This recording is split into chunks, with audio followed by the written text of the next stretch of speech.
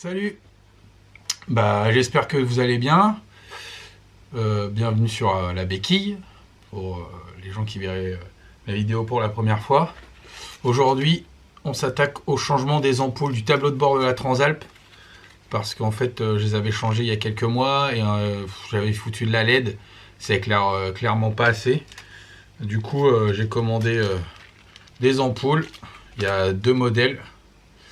Et puis on attaque tout ça. Donc grosse partie de démontage puisqu'il faut démonter de mémoire toute la face avant pour pouvoir accéder à l'arrière du compteur et pouvoir le démonter afin de changer les ampoules.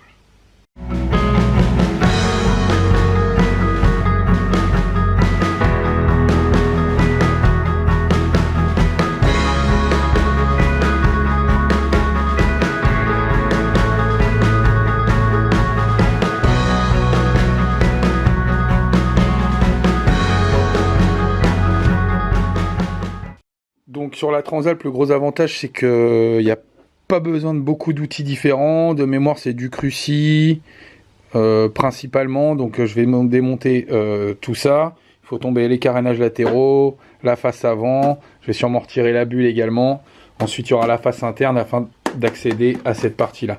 Je vais vous faire voir, j'éteins toutes les lumières afin de vous faire voir ce que donne en fait l'éclairage du tableau de bord actuel. Donc je coupe, voilà. Donc là il y a on a les voyants, le béquille latéral, mais vous voyez que au niveau du tableau de bord, voilà, là j'ai allumé le phare parce que comme ça lui donne l'indication. Donc ça c'est le phare à l'avant, mais quand on regarde, voilà, on voit c'est vraiment très très léger. Voilà, vous voyez la différence. Là c'est allumé, c'est vraiment très très léger. Je vous ferai voir après du coup et on pourra comparer. Allez, on continue. Donc moi je vais commencer par démonter la bulle à l'avant. Voilà. Comme d'habitude, je vais utiliser un petit plateau aimanté, comme d'hab. Voilà, comme ça je suis sûr de ne pas perdre mes vis. Parce que ça c'est le truc, sinon où je perds un temps monstre. Donc je ne sais pas si je vous laisserai tout le démontage. Mais on va essayer d'en voir le maximum pour ceux qui ne l'auraient jamais fait. Histoire d'avoir un petit guide. Allez, je mettrai peut-être un peu de timelapse là-dessus.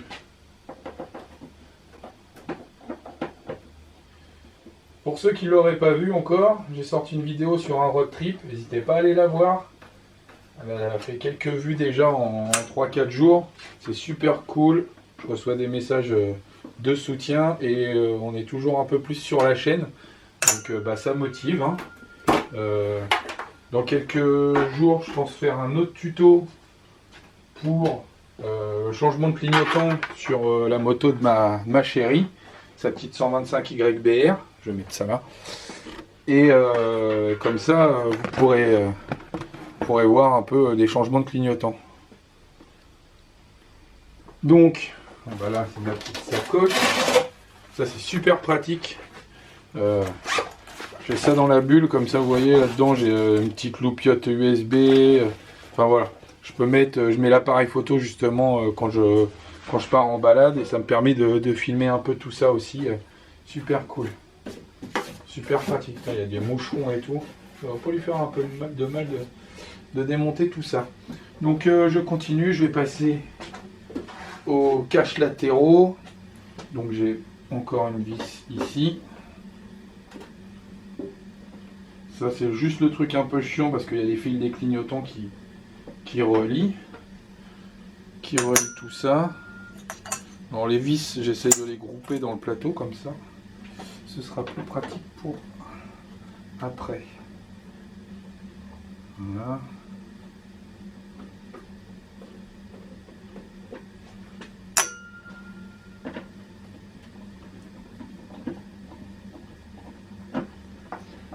Ça c'est vraiment super cool sur la Transalp, c'est que la plupart des vis se démontent avec un tournevis, une clé de 10, une clé de 12. On fait déjà pas mal de trucs sur la moto. On va essayer de pareiller la peinture.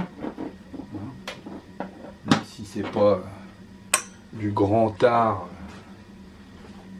pas la peine d'aller tout niquer.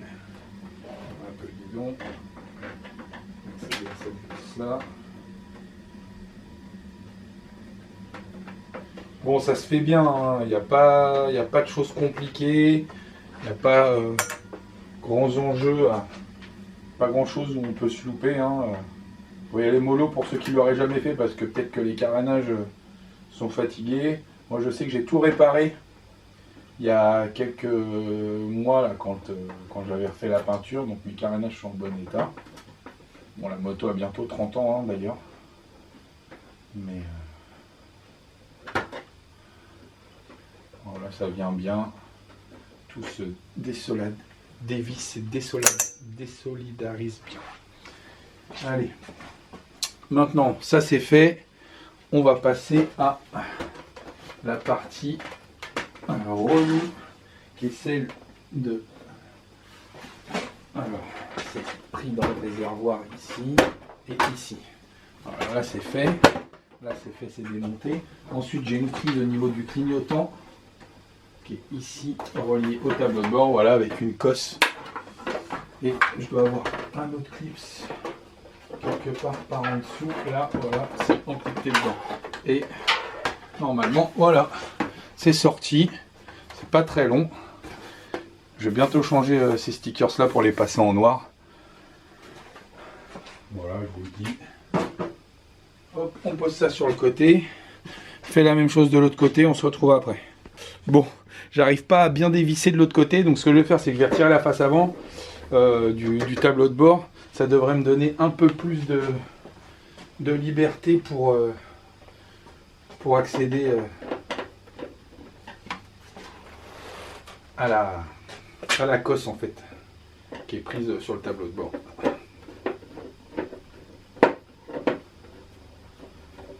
Voilà.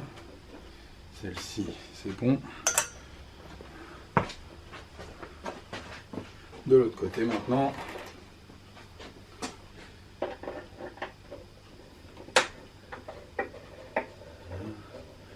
Alors sur celle-ci, allez-y doucement quand vous dévissez, parce que c'est pris dans des inserts, et souvent les inserts métalliques ont tendance à mal vieillir. Et du coup, des fois, il reste avec la vis. Voilà, là je vais y aller mollo. De ce côté-là, je ne sais pas si vous verrez, mais comme j'ai mes petites prises USB que j'avais installées avec le voltmètre pour la batterie, il faut débrancher derrière. Voilà. On fera un petit coup de nettoyage par la même occasion. Voilà, donc maintenant je devrais avoir accès beaucoup plus facilement, ouais, clairement, à mon clignotant. Donc niveau de la face avant, on se retrouve avec ça. Il va falloir que je retire maintenant cette partie-là afin d'accéder à l'arrière du compteur. On continue, allez, il n'y a pas grand chose à faire, on est bientôt. Alors, pour retirer cette partie ici, je vais avoir besoin de douille. Ma petite valisette, elle est là. Et si je dis pas de bêtises, ça doit être normalement du 12. Je vous confirme ça tout de suite. Non, alors c'est du 10. De toute façon, sur cette machine, c'est 10 ou 12. Voilà, c'est du 12. Une petite rallonge.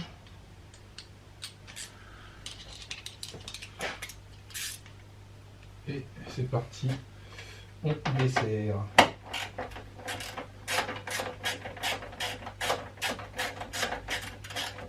Voilà, je les retire pas complètement. Au début, je les desserre toutes. Comme ça, après, je viens finaliser vraiment une fois que j'ai tout desserré.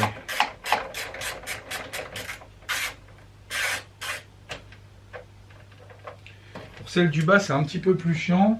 Moi, je prends une rallonge courte. Je prends une rallonge courte comme ça et ça le fait bien en général. Voir, là ça passe même pas. Je vais passer directement la clé sur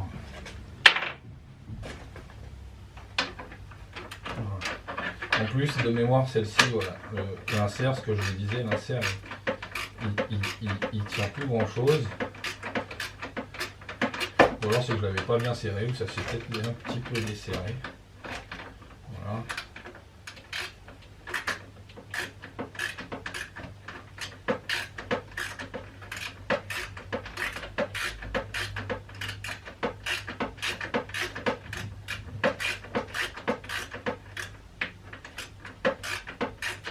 Quand je suis comme ça, j'en profite pour regarder que j'ai pas de fuite ou de choses un peu étranges au niveau du radiateur ou des passages de câbles. Profitez-en, hein. C'est pas forcément une maintenance qu'on fait souvent, en fait, de démonter tout le tableau de bord comme ça. Donc à la limite, autant en profiter un peu.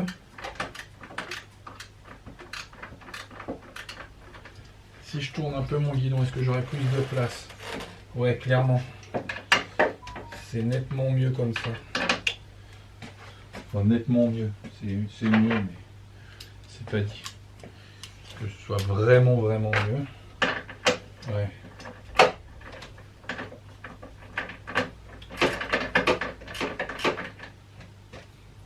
Ouais, c'est pas ouf, hein. C'est un peu short niveau place. Voilà, c'est bon. La situation, c'est venu. C'est assez desserré maintenant.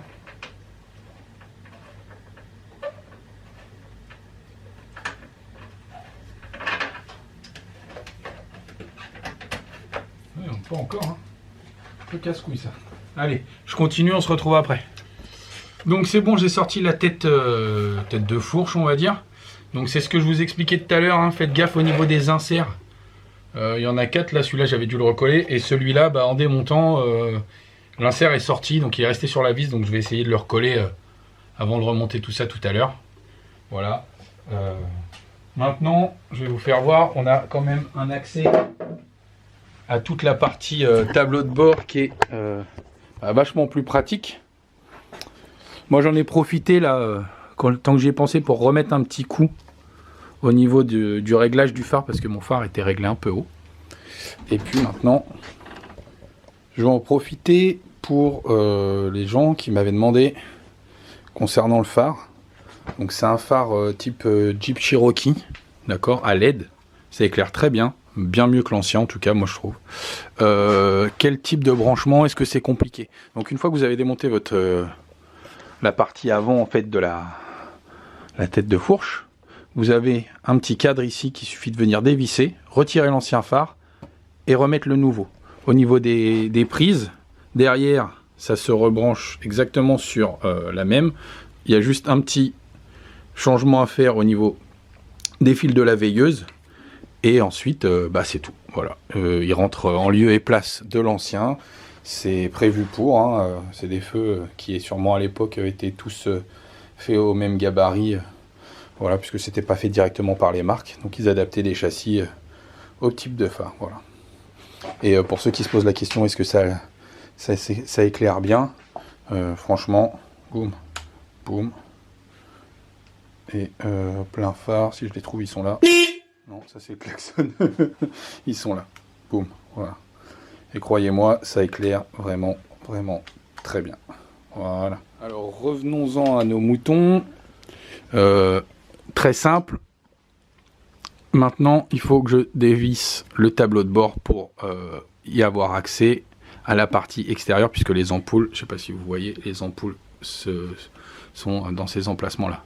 Donc pour les démonter, j'ai 2 vis ici, de mémoire. Et ça va sortir. Après, il faudra que je débranche les cordons d'alimentation, mais voilà, rien de compliqué. Allez. Donc logiquement, on est encore sur du 10. Ouais, toujours. Ça n'a pas changé. Hein. Pour l'instant, j'ai utilisé un cruciforme et une douille de 10. Voilà.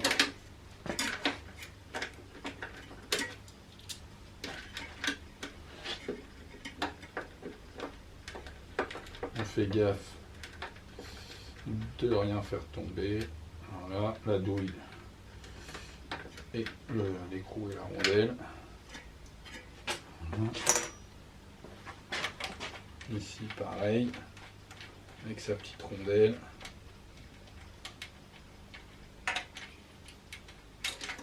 Oula, il a voulu se faire la malle. Ok, donc là, normalement, le tableau, il sort, à moins qu'il y en ait encore une. Ouais, il y en a une derrière cachée. Celle-là va être un peu plus chiante. Il va peut-être falloir une clé plate. Donc on a dit 10. 10. Voilà, donc en fait c'est bien 3 qu'il faut. Voilà, il dessert. Et c'est pareil, ça vient très facilement.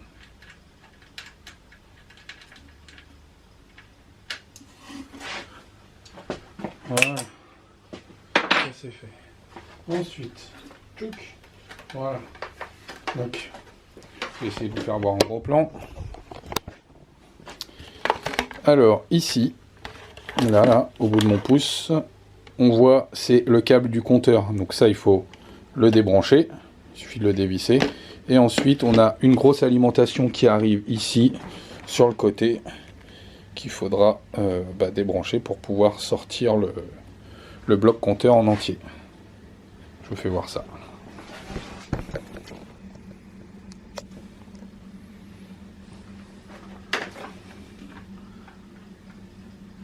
Rien de compliqué, pas besoin de compétences en mécanique. Voilà. Donc dedans, le câble. Et ensuite ici, c'est juste une cosse à débrancher si je ne m'abuse. Là, voilà, ça c'est venu. Et ici, je dois avoir 2 petites fiches. Qu'est-ce que c'est? Monter comment ça? Celle-ci se débranche. Voilà. Ok, et celle-ci c'est pareil. Voilà. C'est bon, j'ai démonté le compteur. On est sur mon établi. On va se retrouver sur l'établi pour quelque chose un peu plus précis. Voilà. Donc on se retrouve sur l'établi. On va retirer. Non, j'ai même pas besoin de retirer la face arrière du compteur. Pour accéder à mes ampoules, eh ben, il suffit gentiment de venir tirer dessus. Voilà, là on voit que j'avais mis une LED, mais en fait c'est une grosse daube. Ça éclaire la peau de mon zob. Donc on va le remplacer. Je vous mettrai les références des ampoules que j'ai utilisées. Je viens d'un grand site marchand, mais je vous mettrai les références. Parce que c'est vrai que tant qu'on n'a pas démonté, on n'a pas forcément exactement la référence qu'il faut. Voilà. Et en fait, il y aura les 2 références, donc les grosses et les petites. Voilà. Oula. Alors, ici, de mémoire, ça va être... Il faudrait que je trouve les petites, ça va être celle-là, ouais. Non, ça c'est les grosses. Non, ça c'est les grosses. Alors, je sais pas pourquoi les LED éclairent beaucoup moins bien que les ampoules d'origine. Mais en tout cas, la différence, franchement, elle est marquante. Donc voilà, la première de faite. Ensuite, on va de l'autre côté. Je vire toutes ces merdes là à LED. Rien dans le sac. Bien sûr, avant de tout remonter tout à l'heure, je ferai un petit contrôle de façon à m'assurer que tout est bien branché, parce qu'une fois que j'ai remonté la moto complète, c'est peut-être pas judicieux de tout... Voilà. Et là c'est de la petite. Les petites, elles, c'était déjà des ampoules à filament. Voilà. Donc là, moi j'ai changé que les grosses, sur lesquelles à l'époque j'avais mis de la LED comme ça, là, de la petite LED. Franchement ça éclaire que dalle. Donc conseil, restez sur de l'ampoule à filament. C'est très bien. Logiquement, ça ne change pas tous les 4 matins. Et je pense que de toute façon, là pour le paquet de ce que j'ai là, il en faut 3. Il y a de quoi faire. Donc je rebranche sur la moto et puis on contrôle. Allez, la moto est remontée, tout ça. Et voilà. Donc même si ça rend pas bien à la caméra, je peux vous dire que moi derrière la caméra, j'arrive à lire toutes les informations du tableau de bord, contrairement à tout à l'heure où c'était vraiment pas le cas. Je vais essayer de zoomer un petit peu. Voilà. Ouais, on voit, hein. Alors là, la caméra elle adapte la luminosité, donc c'est pas forcément. Mais, donc à part cette petite zone là, mais de mémoire en fait, c'est un peu partout pour tout le monde. C'est-à-dire qu'en fait il n'y a qu'une ampoule de ce côté-là. Donc on distingue très, très faiblement. Voilà. Allez, j'espère que la vidéo vous servira. N'hésitez pas à laisser un commentaire, à vous abonner si ça vous plaît, si vous voulez d'autres tutos. Salut, ciao ciao les motards.